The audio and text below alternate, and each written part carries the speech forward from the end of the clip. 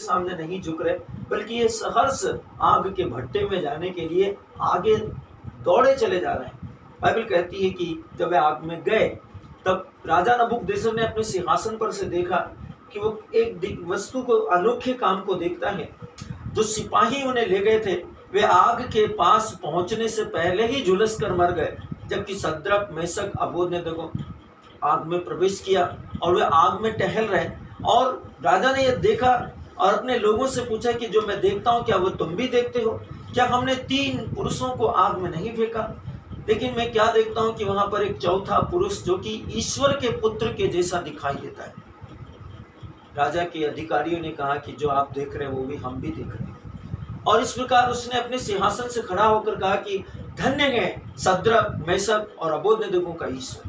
देखिए कलीसिया, सताव आ सकता है, विरोधाभास हो सकते हैं, संघर्ष हो सकते हैं, लेकिन यदि हम अपने विश्वास में काम करें तो परिणाम ऐसे हो सकते हैं कि राजा अपने सिंहासन से खड़े होकर कहेंगे कि धन्य है सद्रक, मेशक, अबेदनगो का ईश्वर। और वो आज्ञा निकालेंगे कि जो कोई उनके ईश्वर की आराधना करेगा वे बचेगा, जो उनके ईश्वर की आराधना नहीं करेगा वो तलवार के घाट उतार दिया जाएगा।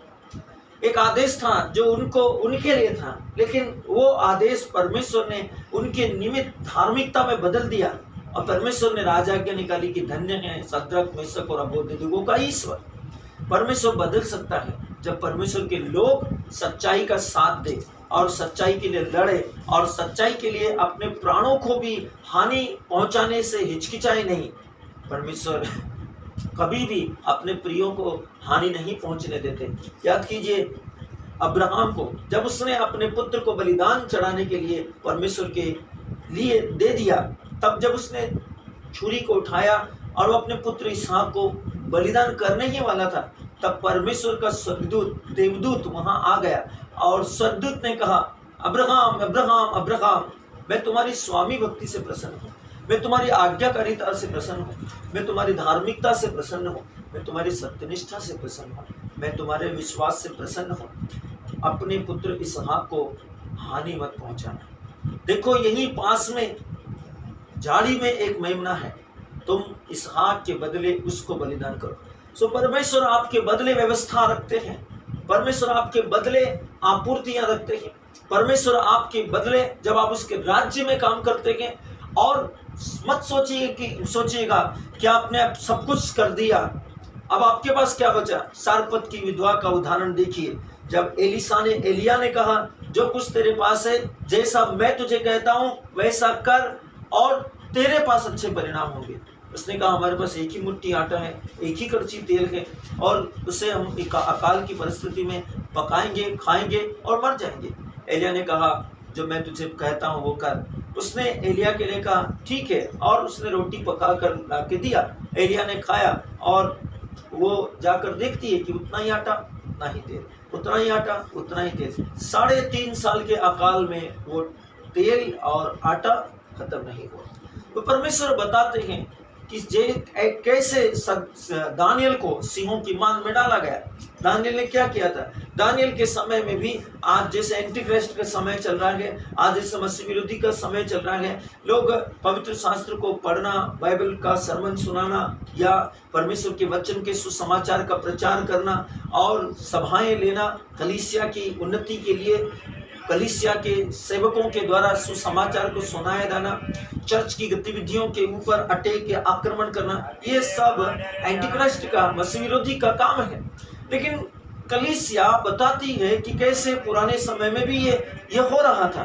तब क्या हुआ? जब दानियल ने ऐसी ही एक विरोधी, मसीह विरोधी की, ईश्वर के वचन के विरोध की, आत्मा का विरोध किया, आदेश निकाला गया था जो कोई भी राजा की सिवा किसी और ईश्वर को आराधना करेगा, राजा की मूर्ति को दंडवत करना था और राजा को ही ईश्वर मानना था।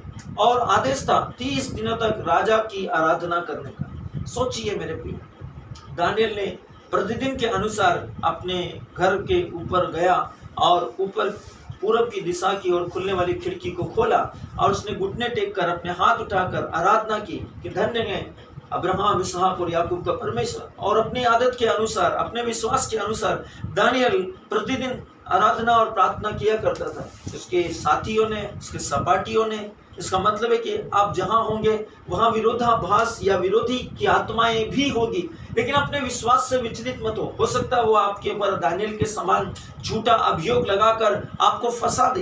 बाइबल कहती है कि जब वे तुम्हें अदालत में ले जाए तब तुम अपनी ओर से कुछ मत कहना, अपनी सफाई में कुछ मत कहना, क्योंकि कहने वाले तुम नहीं, तुम्हारी ओर से पिता ईश्वर का आत्मा है। दानियल ने कुछ नहीं कहा। दानियल को उन्होंने चुगली की और दानियल को अरेस्ट करवाया। राजा ने दानियल से सफाई में कुछ नहीं पूछा। दानियल को आदेश बताया गया कि जो कोई राजा की आज्ञा का उल्लंघन करेगा, क्या तुम्हें नहीं पता था? और इस प्रकार दानियल को राजा बहुत पसंद करता था। फिर भी राजा और उसके सामंतों की मोहर और आदेश के अनुसार राजा अपने कानून को बदल नहीं सकता था, इसलिए दानियल सिंहों की मान में डाला गया। दूसरे ही पल राजा को रात भर नींद नहीं आई, लेकिन अत्यंत भोर को राजा उठकर जाकर पूछता है दानियल के उस गुफा के अंदर जहां पर उसको सिंहों की मांद में डाला गया था। दानियल से राजा ने पूछा, हे प्रिय दानियल, क्या तुझे तेरे परमेश्वर यहोवा ने हानि नहीं होने दी? देखिए परमेश्वर का महान कार्य। परमेश्वर ने दानियल को वहां पहुंचने से पहले भूखे सिंहों के सामने अपने पवित्र दूत को भेजा। परमेश्वर के स्वर्गदूत ने सिंहों के मुंह को बंद कर दिया ताकि वे दानियल को हानि न पहुंचाने पाए। सिंहों के हाथ और पैर, उनका पूरा शरीर शिथिल हो गया और वो पैरालाइज्ड जैसे बैठे रहे, और वे दानियल के सामने गुर्राए तक नहीं, और ना उन्होंने ऊंची सांसें ली, और ना उन्होंने दानियल की ओर एक नजर भरकर देखा। वे सब दानियल के सामने नतमस्तक थे, और दानियल उस सिंहों की मान में परमेश्वर का स्तुति कर रहा है, परमेश्वर की आराधना कर रहा है। ये ठीक वैसे ही था जब पेतरुस ने, पौलुस ने, सिलास ने अपने अपने समयों में जेल में, बंदी गृह में होने पर भी, असहनीय कष्ट और पीड़ा से कोड़े खाने पर भी उन्होंने ईश्वर को, परमेश्वर को महिमा दी, यीशु के नाम की आराधना की और भजन गाए, और बंदी गृह के फाटक खुल गए। वैसे ही दानियल ने जब राजा की आवाज को सुना तो उसने कहा कि राजा तू अमर रहे। दानियल के शब्द ध्यान दीजिए, उसने उस राजा को जिसका वो सेवक था, उसने उसके विरोध में कुड़कुड़ाया नहीं, बल्कि कहा राजा तू अमर रहे और परमेश्वर की कृपा तुझ पर हो। देख कि तेरे सेवक को उसके परमेश्वर यहोवा ने सिंहों की मांद में हानि नहीं होने दी। Glory to God. यह है विश्वास, और विश्वास का परिणाम आपकी आत्मा में। तो जैसे ही आप अपने विश्वास में घोषणा करते हैं, प्रार्थना कीजिए, आनंदित होइए।